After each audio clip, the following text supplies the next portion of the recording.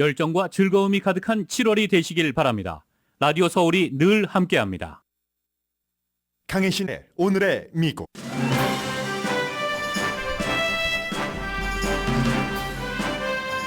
트럼프 전 대통령이 기부금 6천만 달러를 법률 비용으로 쓰고 수십 건 혐의로 기소됐어도 그가 공화당 대선 주자가 되는 것을 막을 후보가 현재 없어 보입니다. 마가 기부자들은 억만장자 트럼프의 법률 비용을 대면서 2위와의 격차를 더 벌리게 했습니다. 뉴욕타임스 여론조사 결과 트럼프 대 론 디샌티스 후보 지지율은 54% 대 17%입니다. 바이든 대통령의 지지율은 또 새로운 낮아짐입니다. CBS와 YouGov 여론조사 결과 현재 지지율은 40%고 경제에 대해서는 34%만이 바이든 대통령을 지지합니다. 트럼프 전 대통령의 플로리다 집 마랄라고의 직원 또 한 명이 특별검사로부터 타겟 레터를 받았습니다. 비디오 삭제를 종용한 혐의로 기소된 마랄라고 매니저는 오늘 인정신문에 출두해 10만 달러 보석금을 내고 풀려났습니다. 미국 하이스쿨 남학생들이 보수화되는 추세입니다. 12학년 보이는 자신을 보수라고 밝힌 비율이 진보보다 거의 2배 많을 정도입니다. 반면에 소녀들은 점점 진보 쪽으로 갑니다. 폭염으로 인해 미국 경제는 수십억 달러 생산성 손해를 보고 육류 포장업 종사자부터 간병인까지 대단한 건강 위협을 받고 있습니다. 아스팔트 화상을 입는 사람도 늘어납니다. 트위터가 이름을 X로 바꾼 뒤 본사에 설치한 대형 X자가 일상을 망가뜨린다고 이웃들이 불만합니다. 오스트리아가 러시아의 전쟁 머신 역할을 한다고 비난받고 있습니다. 러시아의 우크라이나 침공 이후 러시아에서 대량으로 천연가스를 수입하기 때문입니다. 중립국 오스트리아의 많은 정치인들도 러시아를 가깝게 생각하는 데는 이유가 있습니다.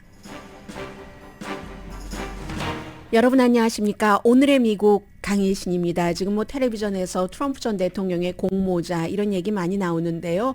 법적인 내용들은 사실은 지금 어떤 방향으로 가고 있고 어떤 일이 일어나는가를 점검하는 정도이기 때문에 뒤에 좀 전해드리겠습니다.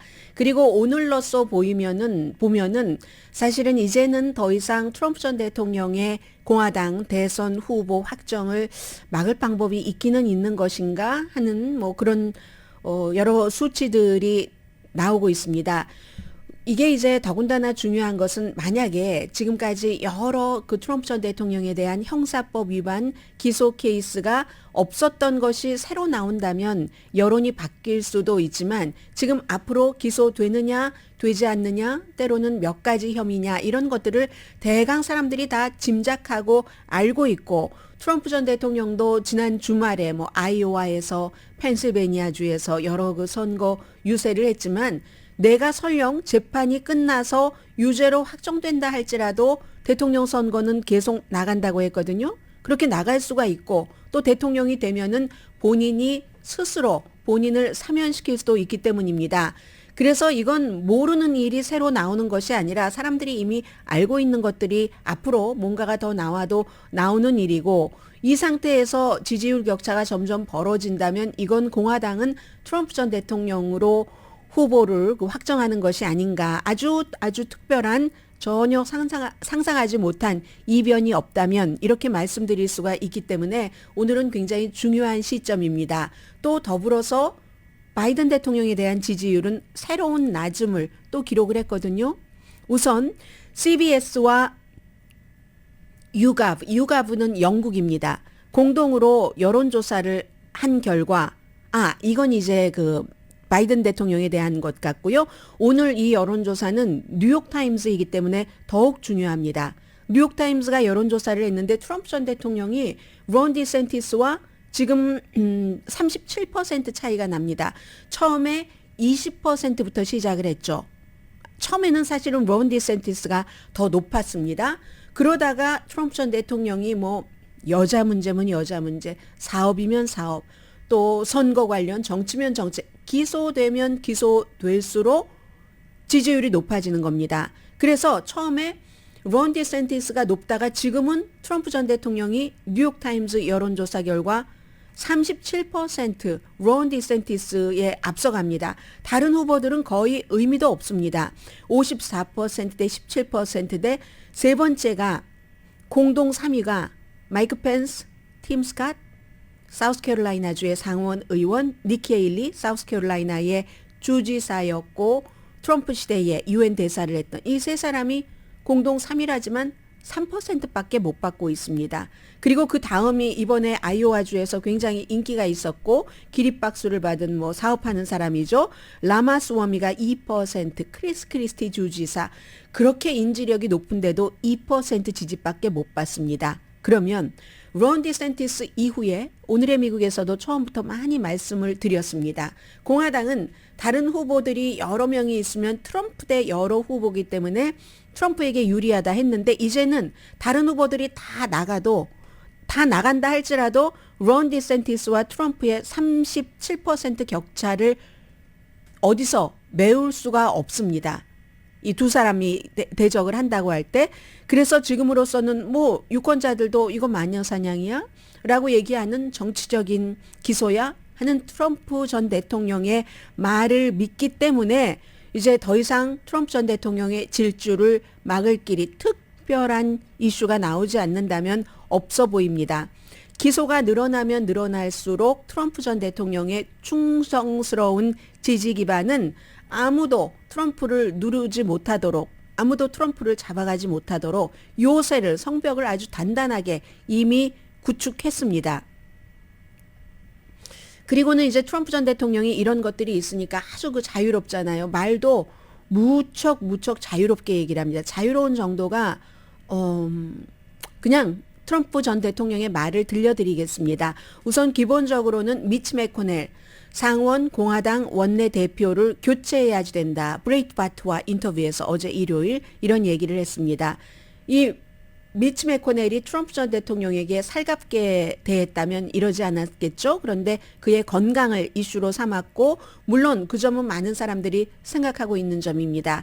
81살이나 된 미치 매코넬이 말하다가 말문이 한 19초 정도 막히고 그 전에 공항에서 그 비행기 트랩에서 내려오다가 넘어졌다고 하고 그 전에는 호텔에서 실제로 넘어져서 뇌진탕을 일으켰고 골절도 있었고요.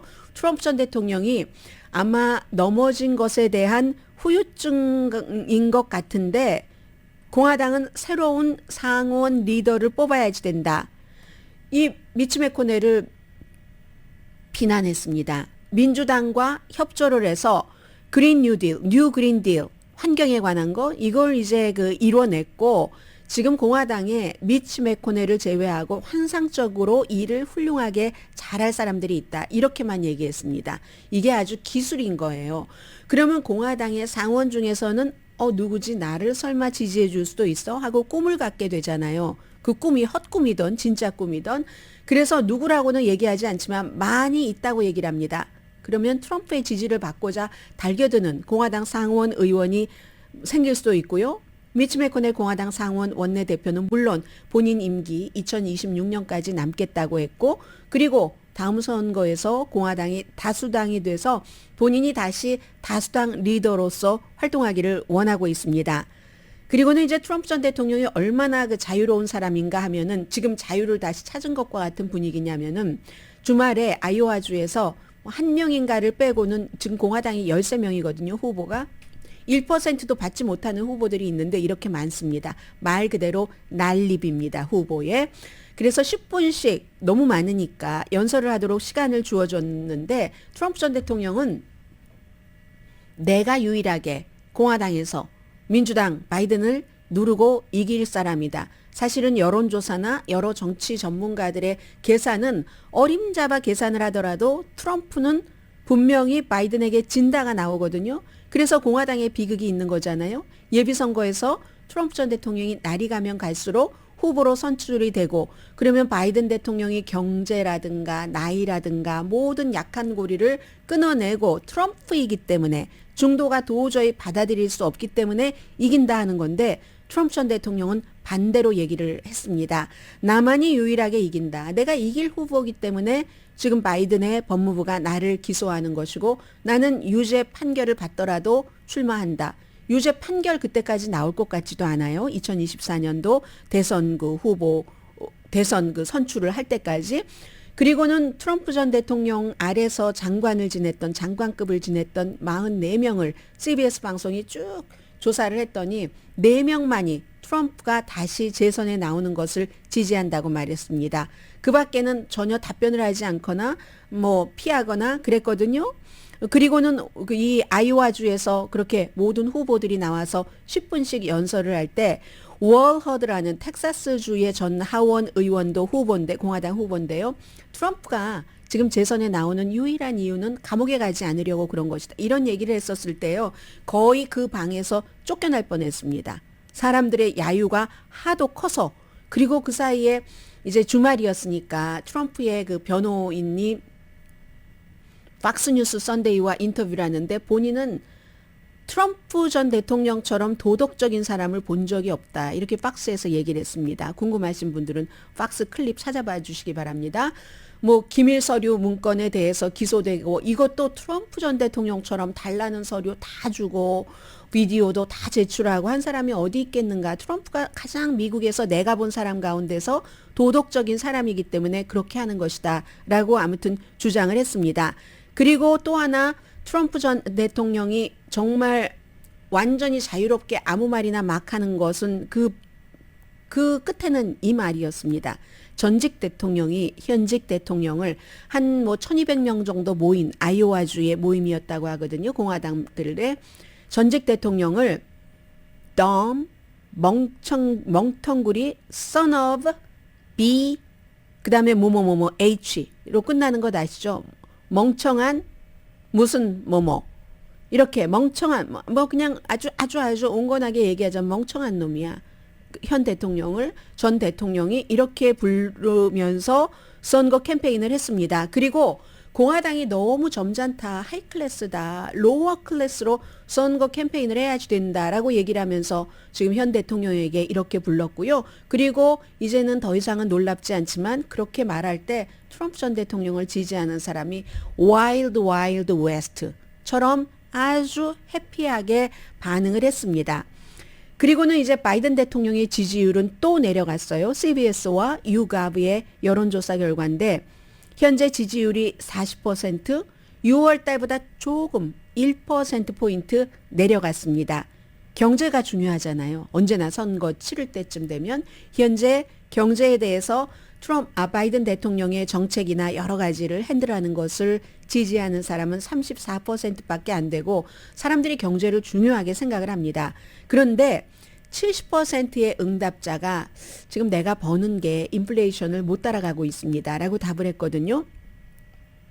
이 여론조사 결과가 최근에 뭐 인플레이션 낮아진다 이런 거 다 나온 다음에 7월 26일부터 28일까지 2,100명 이상의 성인을 대상으로 여론조사를 해서 오차 범위가 3.2%포인트인데요. 경제를 좀 설명을 해볼 때 어떤 단어가 적합한가 이렇게 물어보면 사람들이 struggle, 어렵다는 거죠.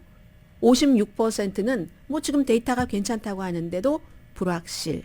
26%만이 좀 좋아지는 것 같다. 리바운딩 아니면 확장된다. 이렇게 답변을 했습니다.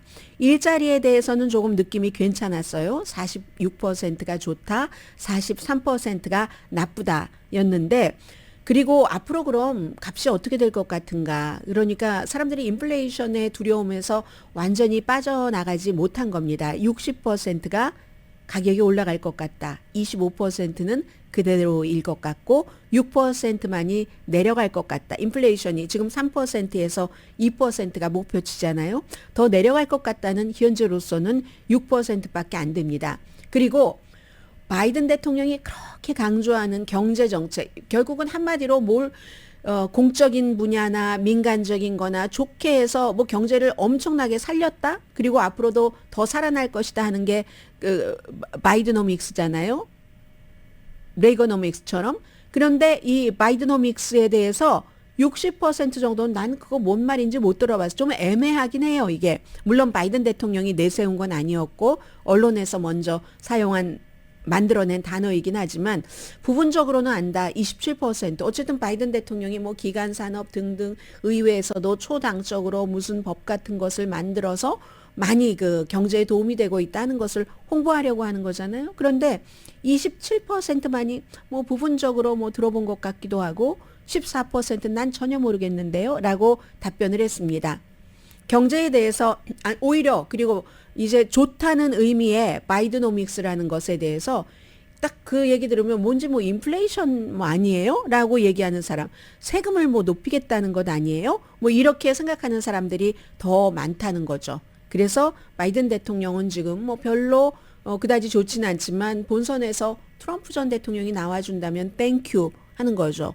오늘 이 CBS와 YouGov의 여론조사 결과를 크게 뭐 생각하지 않을지도 모릅니다. 여기에 대해서는 사실은 트럼프가 공화당의 후보로 지명되는 것에 대해서 공화당의 하원 의원들을 제외하고는 많은 트럼프가 인기가 있는 지역에서 나도 트럼프를 지지함으로써 또다시 2년 임기를 보장받아야 되니까. 그런데 아주 이제 원로급의 공화당의 정치인들은 굉장히 걱정을 하고 있죠. 그리고 이제 대표적인 사람이 트럼프 전 대통령 시대의 마지막 그 법무장관이었던 윌리엄 바가 저는 분명히 얘기했는데요. 트럼프 전 대통령을 지지하지 않는다고요? 그랬을 때 사람들이 또 한 번 물어보잖아요. 앵커들이. 그러면 만약에 공화당이니까 공화당에서 트럼프가 이제 후보가 되고 바이든과 겨룰 때는 그때는 어떻게 하시겠습니까? 하면 나는 그 다리를 그냥 뛰어넘겠어. 아무도 투표를 아무에게도 할 수 없다는 얘기가 되겠죠. 아무튼 이렇게 돼서 현재로서는 이제 그 대통령 선거는 특별히 왔다 갔다 하는 게 아니면 저도 이 기조를 가지고 가는 게 맞지 않는가? 물론 항상 1% 아니 0.5%의 가능성만으로라도 뭔가가 넓혀지고 뒤집힐 수는 있습니다. 작은 금으로 이 댐이 무너지는 거잖아요. 결국은 그런 것과 마찬가지로 그럴 수는 있지만 지금으로서는 그럴 그 어떠한 그 분위기가 별로 보이지 않기 때문에 트럼프 대 바이든으로 가는 게 맞는 게 아닌가. 지난 주말을 지나면서 이제 그런 어떤 구도는 좀 확실하게 좀 성립된 것처럼 보입니다.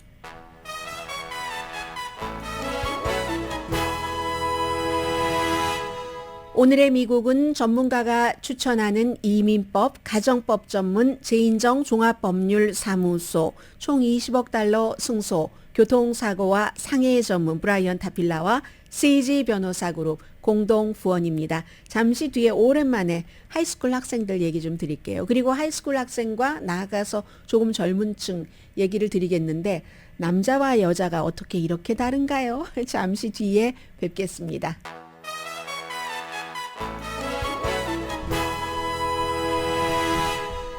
라디오 서울 방송 오늘의 미국 듣고 계십니다. 네, 젊은 사람 하면 진보라고 우리가 생각을 하죠. 실제로. 그런데 사실을 따지고 보면은 뭐 여러 가지 여론조사 같은 것을 다 그 종합을 해서 더 희일이 보도를 했는데 좀 복잡하네요. 그리고 좀 변화가 있습니다. 남자와 여자 사이에 소셜미디어 같은 거 활동하는 거 보고 하면은 그래서 기본적으로 먼저 12학년 보이와 걸부터 말씀드립니다. 12학년 보이들은 압도적으로 보수적인데요. 레딧에 이 포스팅하는 것이라든가 트윗하는 것을 보면은 알 수 있다는 겁니다. 연방 정부가 이제 연례의 그 조사를 하는 게 있어요. 그래서 지난 3년 동안의 그 조사를 쭉 점검을 해봤더니 하이스쿨 학생의 거의 그 보이입니다. 소년이요. 소년 하니까 갑자기 소년이 온다. 왜 그런 상록수 쓴 선생님이 어떤 분이시죠? 시문. 이젠 다 잊어요. 하이스쿨 보이의 거의 4분의 1은 보수이거나 대단히 보수다. 이게 이제 뭐 Monitoring the Future라는 곳의 조사랍니다.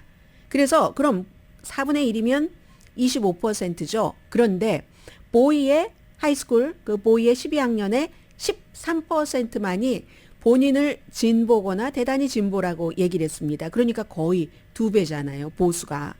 2000년대 말까지만 하더라도 그때 이제 2000년대 말이면은 2010년 그 넘어가는 그 오바마 그때네요. 오바마가 2008년부터 8년을 했으니까 그때만 하더라도 리버럴이 진보가 보수보다 많았습니다.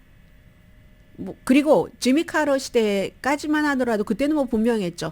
보이건 거리건 아주 그 청소년들은 진보가 많았는데 지금은 그렇지 않다는 거고요. 그 대신에 이제 보이를 말씀드렸고 거를 말씀드리겠습니다.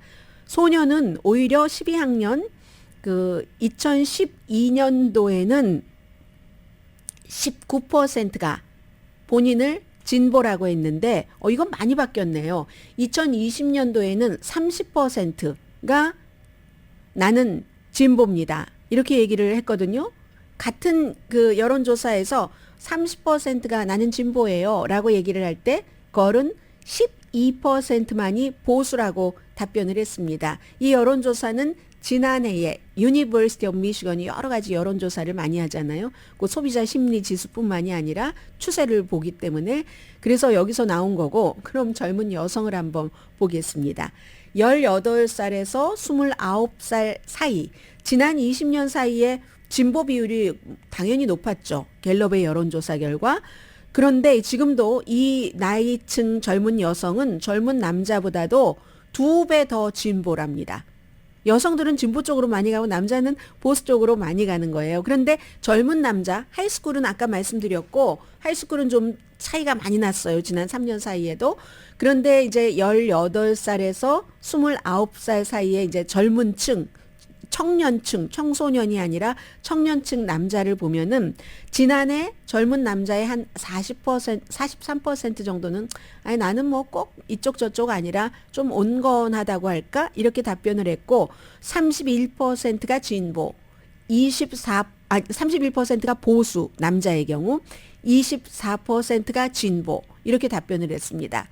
이 젊은 여성들은 점점 진보로 가는데 남성들은 큰 변화는 없답니다. 지난 20년 그 사이에 그 제너레이션 G세대가 90년대 중반에 태어나서 90년대 중반부터 2010년 그때 이제 태어난 세대 나이 계산해 보시면 나이가 어느 정도 되는지 나오죠. 아주 제너레이션 그 G를 많이 말씀드리니까 태어난 그 시기가 90년대 중반부터 2010년 초까지 그 사이에 태어난 사람들입니다. 여기는 10년 전에는 같았는데요. 지금은 진보가 많습니다. 48%, 보수가 33% 이렇게 된 거거든요. 물론 하이스쿨 학생들이 막 정치에 대해서 엄청나게 막 빠져들어가고 하는 것은 아니랍니다. 뭐 정치와 무관해요. 이런 사람도 많아요. 그러니까 그 보이들이 그 이제 보수가 진보보다 배가 많아서 4분의 1, 25%가 저 보수예요. 13%가 저 진보예요. 라고 하겠죠. 정치에 대해서 많은 큰 관심이 있을 시기는 아니니까 대학교 가기 전까지는. 그런데도 아무튼 그렇다는 겁니다. 그래서 이제 더 힐에서 여러 전문가들 얘기를 쭉 써놓는데 진보의 미래는 여자고 보수의 미래는 남자다. 이 뭐 한국에서도 특히 이제 젊은 층 한국은 뭐 그 병역 문제라든가 그 남녀에 관한 여러 가지 뭐 성차별 이런 것들도 있어서 그렇지만 젊은 남성들이 그 보수당을 지지했었던 적이 많이 있잖아요. 이준석 씨가 대표이고 했었을 때 특히 그와 마찬가지로 지금 미국에서도 보수의 미래는 남자고 젊은 남자들이고 진보의 미래는 여자다라고 하는데 그럼 그 이유가 너무 궁금하지 않으세요? 이 모든 이유를 트럼프 시대 이후에는 트럼프가 다 주물럭거립니다. 트럼프 전 대통령이 아니라고 하지만 여자 싫어하는 딸은 좋아해요. 본인의 딸은 좋아하지만 뭐 본인의 와이프도 좋아하겠죠. 기본적으로 그게 개인적인 성향과 달리 공적인 마인드가 그런 것인지는 모르지만 여성을 싫어합니다. 여성 혐오적인 발언을 너무 많이 해요. 여성들에게는 생긴 것을 얘기하고 세계 최강대국의 대통령이라는 사람이 키가 어떻고 자넷 옐런 재무장관 생긴 게 말상이야. 본인에게 성추행 당했다 하면 내가 저 여자를 어떻게 하겠어? 내 타입이 아니잖아. 이런 식으로 얘기를 하고 그리고 이제 여성들은 중요한 게 낙태 권리에 관해서 트럼프 전 대통령도 대통령 나오기 전에는 낙태 지지했었던 사람입니다. 당적은 민주당이었던 적도 있다가 무당파였던 적도 있다가 대통령에 나오려고 이제 공화당으로 자리매김을 한 것이고요. 그래서 낙태 이런 것 때문에 또 이제 여성들이 진보 쪽에 가까운 건 이유가 있죠. 아무래도 민주당 진보적인 당이 성별 차이를 좀 없애자고 하고 인종차별도 없애자고 하고 평등한 사회를 부르짖으니까 보수 쪽은 그에 비해서 경제적으로도 능력 위주다. 학교도 마찬가지고 능력 위주다. 뭐 이렇게 얘기를 하고 뭔가 이제 민주당은 조금 기울어졌었던 것은 좀 평평하게 해줘서 출발선을 갖게 해줘야지 된다 하니까 여성들이 진보 쪽으로 기울 수 있는 확률이 많은 거고 그러면 그렇다고 그럼 보이들이 왜 보수 쪽으로 기울지? 그것도 트럼프 시대에 그렇다면서 더 여기에 대해서는 더 힐에 인터뷰를 한 여러 전문가는 그렇게 얘기를 합니다. 트럼프가 하이스쿨 보이들처럼 얘기를 한다. 전직 대통령으로서 현직 대통령에게 무슨 뭐 멍청 바보 멍청구리 같은 놈 뭐 이렇게 얘기를 한다던가. 그게 이제 터프해 보일 수 있다는 거예요. 여성들 가운데서도 트럼프 전 대통령 시원시원하고 터프해서 좋다고 얘기하시는 분들 많이 계시거든요. 그러니까 이 남자 보이들 사이에서는 보이들이라고 다 그렇진 않죠. 그러나 그 같은 성향이 있잖아요. 함께 친구들과 몰려다니면서 그게 마치 그게 멋진 게 아닌데 멋진 것인 양 잘못 그 오인을 해서 그게 무의식 중에 있을 수도 있다. 그렇지만 이건 뭐 과학적인 해석은 아닌 거고요. 그래서 제가 좀 특별해서 전해드려 봤습니다. 보이들이 이렇게 보수적인 쪽으로 많이 간다고 하니까 전해드렸고요. 그리고 오늘 이제 사실은 더 중요하게 미국에서 케이블 텔레비전 등에서 다루는 뉴스는 트럼프 전 대통령의 플로리다 집, 그 집에 뭐 말하려고 이름이 붙여서 저는 왜 그때마다 그 말하려고 리조트를 선전을 해줘야지 될까? 이런 생각에 사실은 웬만하면 이름을 말하려고 하지 않는데 말해야 될 때가 있어요. 이 트럼프 전 대통령 그 플로리다 집에 IT 국장이 특별검사로부터 타겟 레터를 받았습니다. 지난번에 트럼프 전 대통령이 타겟 레터를 받았을 때 이건 기소가 임박한 신호다라고 전문가들의 해석을 말씀을 드렸는데 타겟 레터를 꼭 기소가 임박했다고만 보내는 것은 아닌 것 같아요. 왜냐하면 지금 이렇게 보면 이 IT 국장이라는 사람은 어떤 그 트럼프 전 대통령의 명령에 공모를 한 게 아니라 그 명령을 오히려 어긴 사람이거든요. 유셀 타베라스라는 IT 국장인데 직원 4라고 불립니다. 감시 카메라 책임자인 거예요. 말하려고에. 여기에 그 말하려고의 매니저가 보스가 원해. 보스가 트럼프 전 대통령이죠. 보스가 원해 하면서 이 박스들 또다시 또 다른 기소된 사람 그 월터 나우터라는 해군 출신의 그 기소된 사람이 박스를 날렸잖아요. 박스 날린 것들이 다 이제 찍혀 있는 감시 카메라를 삭제하라고 보스가 원해하니까 나 삭제하는 방법도 모르고 삭제해서도 안 되고 뭐 이런 식으로 얘기를 했었다는 그러니까 이걸 공모 혐의로 기소하진 않겠죠. 그런데도 타겟 레터를 받았고 이미 6월 달에 특별검사를 잭 스미스를 만났답니다. 그래서 이제 이 경우는 글쎄요 협조하는 건지 모르죠. 기밀문서 그 케이스에 대해서 그리고 오늘 그 법정에 출두한 사람은 카를로스 드 올리비에라라는 이 그 건물 매니저가 나가서 유죄 무죄 인정은 안 했습니다. 오늘은 왜냐하면 이제 그렇게 할 때 그 지역에 플로리다주의 변호사가 있어야지 되는데 아직은 변호사는 있는데 플로리다주의 변호사는 아닌가 봅니다. 아마도 무슨 이유에선가 유죄 무죄를 인정하지는 않았고 다만 이제 보석금 10만 달러를 내고 풀려났는데 이 사람은 사법방해 혐의 그리고 거짓 진술 혐의 이런 것으로 지난주에 기소가 됐습니다. 그래서 뿐만이 아니라 지금 바이든 대통령도 복잡해요. 지금 텔레비전에 보면은 의회에서 하원 감시위원회니까 공화당이 주가 되는 그런 그 위원회잖아요. 위너 테이크스 올이니까 공화당은 하원이 다수당입니다. 청문회를 여는데 헌터 바이든 대통령 아들의 사업 파트너에 대해서 이것저것 묻고 있고 하원은 여전히 바이든 대통령 아들 사업하는데 바이든 대통령도 뭔가를 부통령 시절에 잘못했어. 그래서 우리가 그 점으로 탄핵을 할 수도 있어라고 이를 도모하고 있습니다. 그런데 탄핵당할 가능성은 거의 0%라고 보시면 되죠. 아무리 하원에서 탄핵을 했다 할지라도 상원에서 3분의 2를 받아야지 되니까 이건 트럼프 전 대통령과 똑같은 케이스로 탄핵을 당하기가 아무리 당하고 싶어도 당할 수가 없는 숫자적으로 그런 그 계산이 나오고요. 그리고 실제로는 공화당 사이에서도 정확한 증거도 없고 물증도 없는데 대통령을 탄핵한다는 것은 이건 좀 아니다. 우리가 더 조사를 해서 뭔가가 나올 때 해야지 된다 하는 그런 의견을 갖고 있는 사람들이 상당히 많이 있다는 것 말씀드리고요. 잠시 뒤에는 로스앤젤레스 오늘은 조금 그 시원해졌다고는 하는데 더위도 더위지만 더위로 인해서 여러 가지 모든 분야에 한 번쯤은 이러이러한 분야가 이런 피해를 입고 있습니다 하면서 그 분야에서 일하고 계신 분들이 얼마나 힘드실까 하는 것도 오늘의 미국 같이 듣고 계신 여러분들과 제가 생각을 해봤으면 좋겠습니다.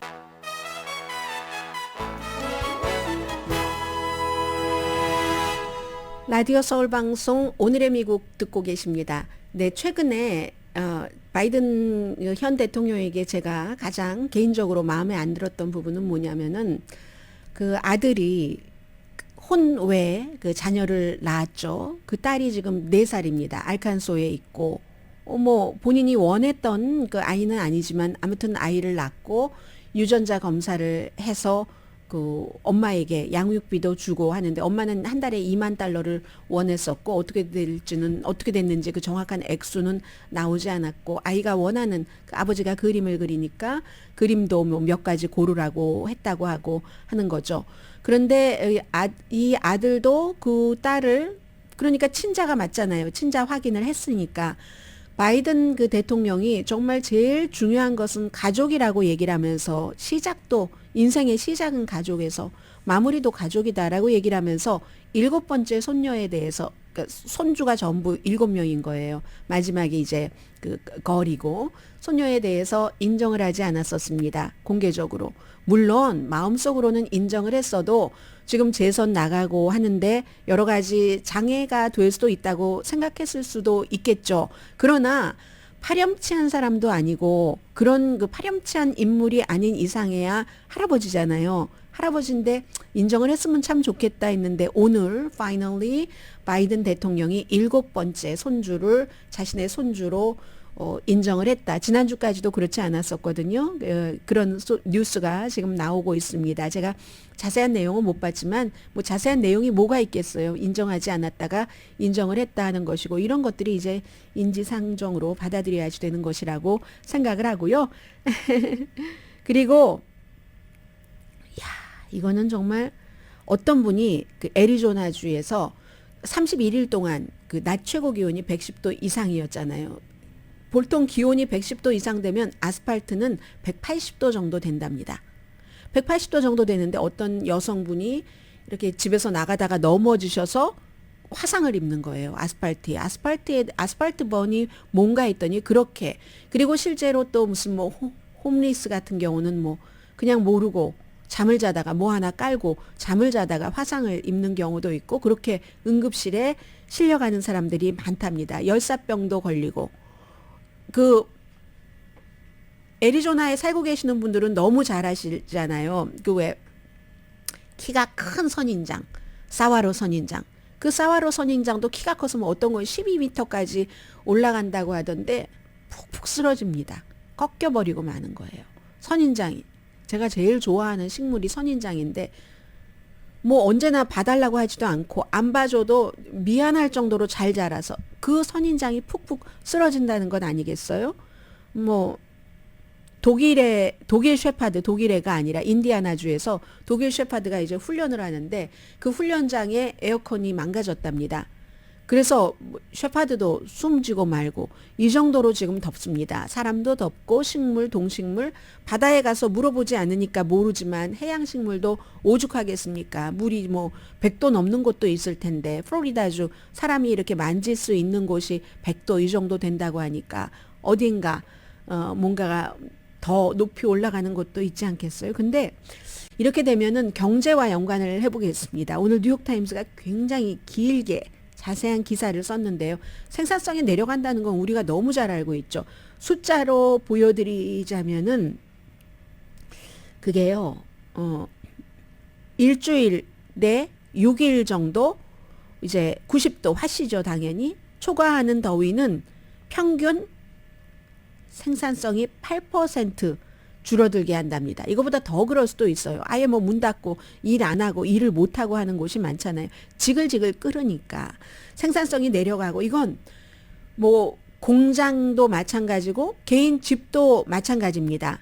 창고, 식당은 어떻겠어요? 항공사, 통신회사, 배달 서비스, 에너지 회사 모든 직원들에게 문제인데요. 올랜도에서는 유틸리티 직원이 너무 더워서 유틸리티 직원도 안전장비를 막 입고 또 입고 하고 뭘 해야 되잖아요. 땅을 파야 되잖아요. 이거 완전히 열사병 걸리기 일보 직전이랍니다. 생명의 위협이 있어서 가스 누출 검사조차도 지금 연기하는 그런 상태고요.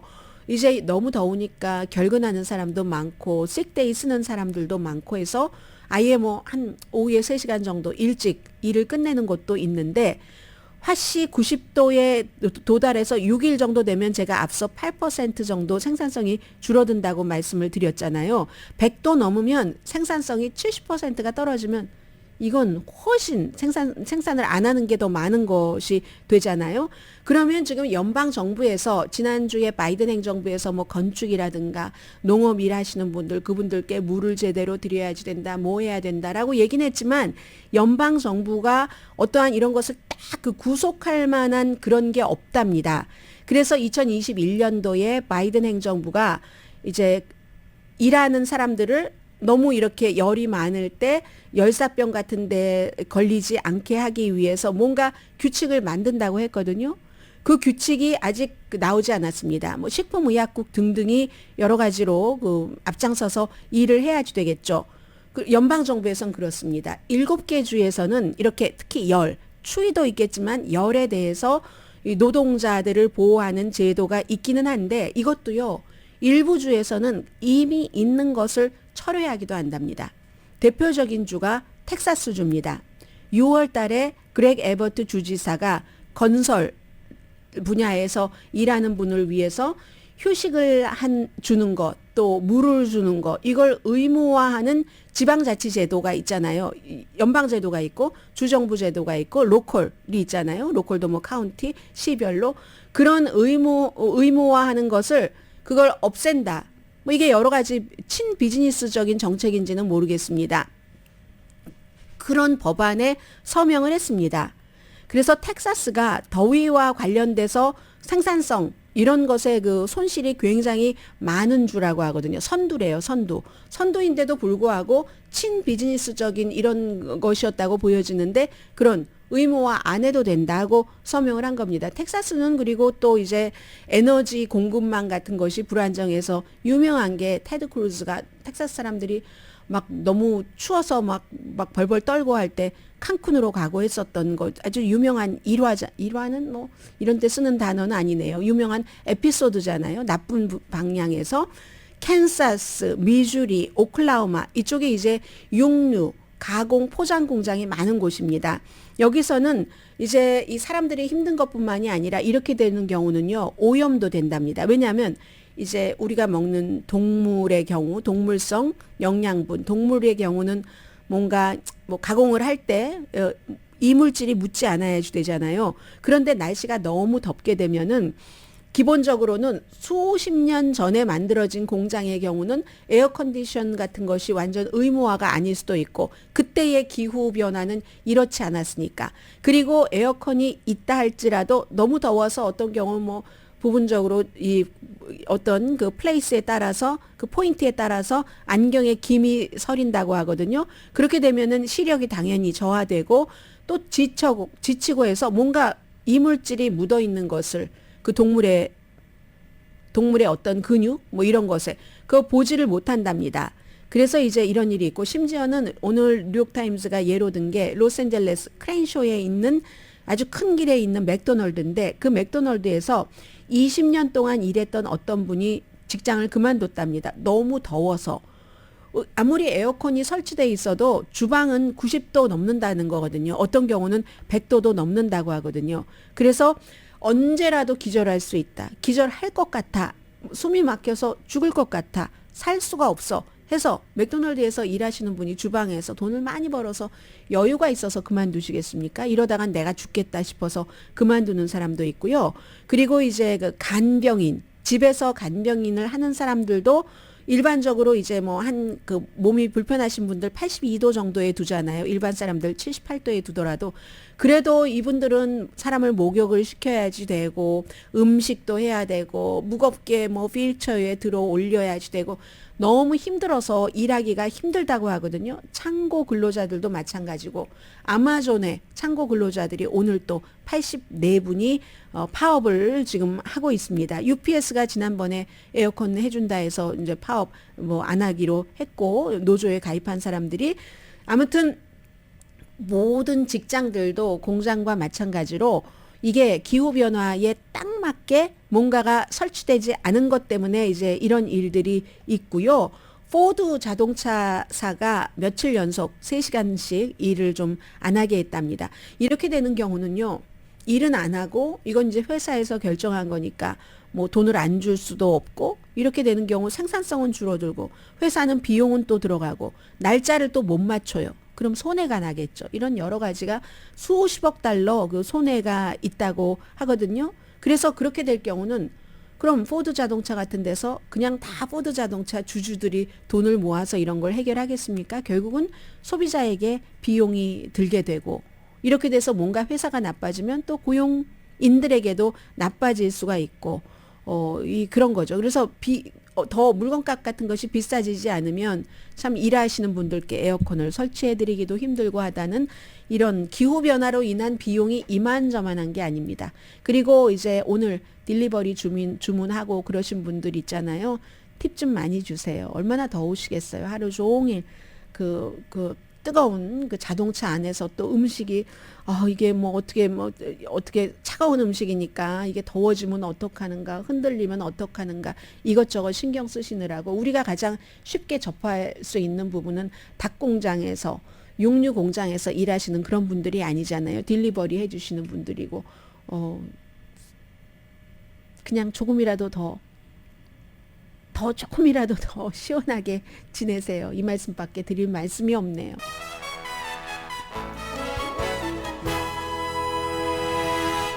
라디오 서울 방송 오늘의 미국 듣고 계십니다. 왜 어떠한 일이 일사불란하게 진행되고 있을 때 왜 저 사람만 저 나라만 이런 경우 있잖아요. 오스트리아가 지금 서구 국가이고 그런데도 러시아에서 가스 수입을 천연가스 수입을 굉장히 많이 하는 겁니다. 우크라이나 전쟁 일어나기 전에는 전체적으로 천연가스의 80%를 러시아에서 수입했고 그리고 몇 개월 전에도 70%까지 지금은 현재는 한 50% 정도 된다고 하거든요. 그에 비해서 독일 같은 경우도 전쟁 전에 전체적으로 쓰는 에너지의 55%를 러시아에서 수입을 하다가 지금은 0이잖아요. 뭐 폴란드 불가리아, 체코공화국도 다 중단을 했고요. 이탈리아도 줄여서 올해 말이 되면 러시아에서 하나도 지금 수입하지 않는다 하는데 68년도에 오스트리아는 구소련과 이 가스 계약을 맺었습니다. 서유럽 국가에서 가장 먼저 맺었거든요. 이 나라는 그럴 수밖에 없는 게 다른 나라들은 다 바다가 있으니까 어떻게 해오는데 오스트리아는 딱 내륙이잖아요. 그 옆에 뭐 헝가리도 있지만 헝가리야 워낙에 뭐 오르도반 푸틴과 친하고 하니까 그러니까 이게 의존도를 러시아에서 수입해오는 것을 어떻게 할 수가 없었던 겁니다. 그러니까 자연스럽게 이제 정치인들도 러시아 사람들과 친한 사람들 많아요. 총리들도 그렇고 제가 이 뉴스는 여러분들께 전해드렸었던 것 같은데요. 2018년도에 그 오스트리아의 당시에 이제 그 외무장관이 결혼을 할 때 나이가 좀 있는 사람이에요. 푸틴과 댄스를 줬잖아요. 그래서 그것이 굉장히 하나를 상징을 하는 거죠. 여기 오스트리아의 정치인들이 푸틴과 이러이러한 일로 그리고 사파이어 귀걸이도 한 5만 유로짜리 그 선물을 받았습니다. 나중에는 러시아 오일 회사에서 일을 했고 2021년도 이사로 이런 사람 많죠. 이 독일에 한국인 부인이 있는 게르하르트 슈레더도 그랬고 그래서 이제 이 호주의 전 외무장관은 그 회사에서는 그만뒀는데 이렇게 한 국가에 엄청나게 의존을 하다 보면은 이걸 뗄 수가 없다는 거. 그리고 호주는 지정학적인 그런 특성 때문에라고들 얘기를 하고요. 오늘의 미국은 전문가가 추천하는 이민법, 가정법 전문 재인정 종합법률사무소, 총 20억 달러 승소, 교통사고와 상해 전문 브라이언 타필라와 CG 변호사그룹 공동폰이었습니다. 10시에 좋은 아침, 좋은 하루 방송됩니다. 시간이 됐는지 몰랐어요. 강혜신이었습니다.